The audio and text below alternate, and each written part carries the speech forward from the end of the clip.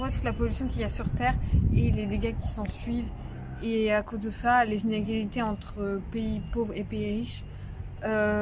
Comment on pourrait agir en conséquence et est-ce que Dieu il nous en voudrait de détruire du coup sa création?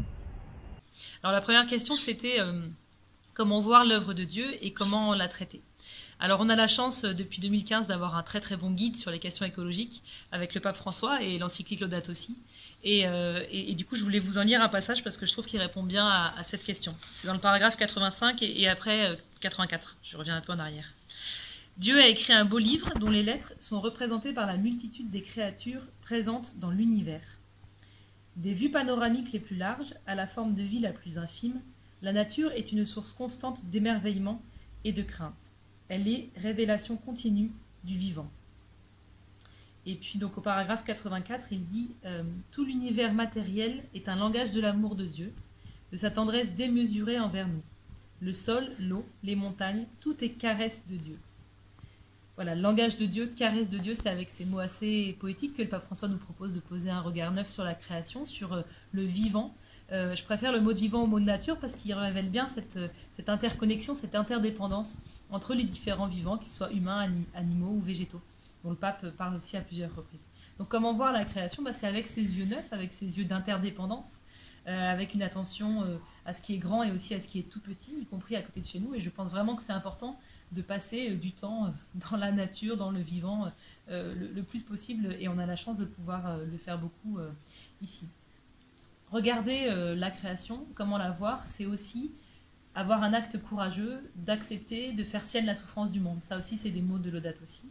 Faire sienne la souffrance du monde, c'est honorer la peine, les souffrances que nous infligeons à la création à travers un certain nombre d'actes.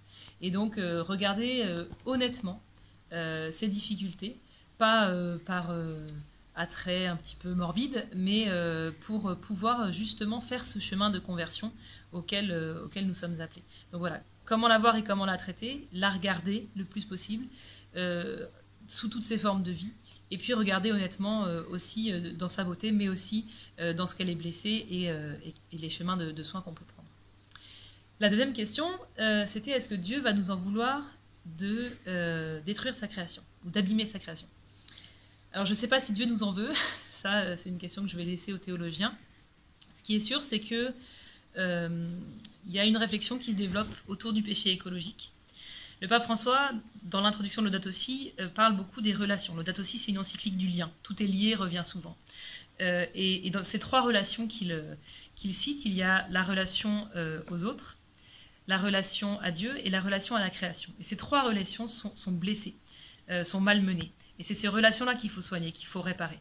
Et donc, est-ce qu'il va nous en vouloir? Je ne sais pas. En tout cas, quand on attente à ces relations-là, on peut dire qu'il y a une rupture du lien et que la rupture de ce lien, c'est peut-être la structure du péché.